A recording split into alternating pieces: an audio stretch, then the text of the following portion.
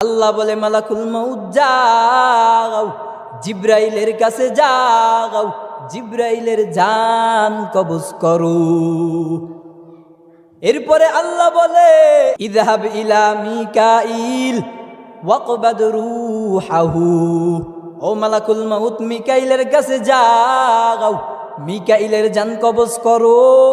ইযহাব ইলা ইসরাফিল ওয়াকবাদ রূহাহু, ইসরাফিলের কাছে যাও, ওই ইসরাফিলের জানও কবজ করো।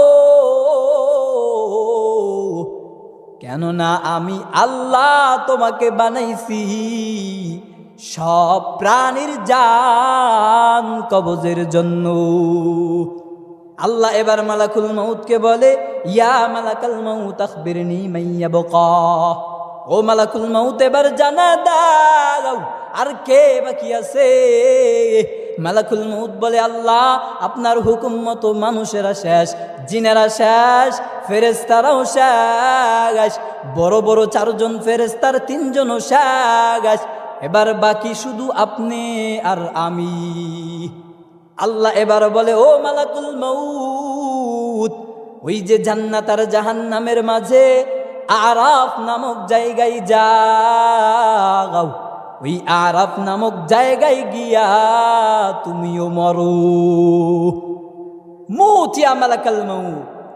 আল্লাহ যখন মালাকুল মউতকে এই কথা বলবে, মউত ইয়া মালাকাল মউত, মালাকুল মউত তুই মর, তখন মালাকুল মউতের কাঁপুনি ছুটে যাবে।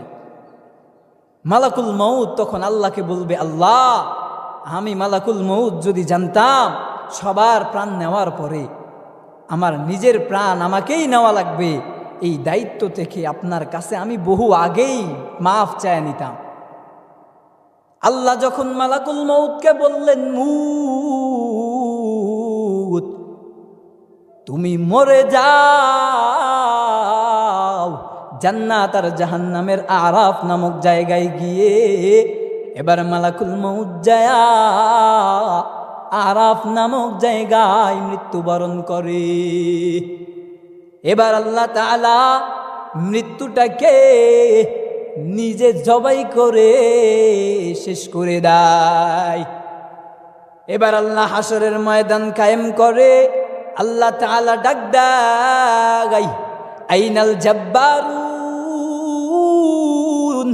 আইনাল মুতাকাব্বিরুন, কই দুনিয়ার অহংকারীর দল, কই দুনিয়ার প্রভাবশালীর দল।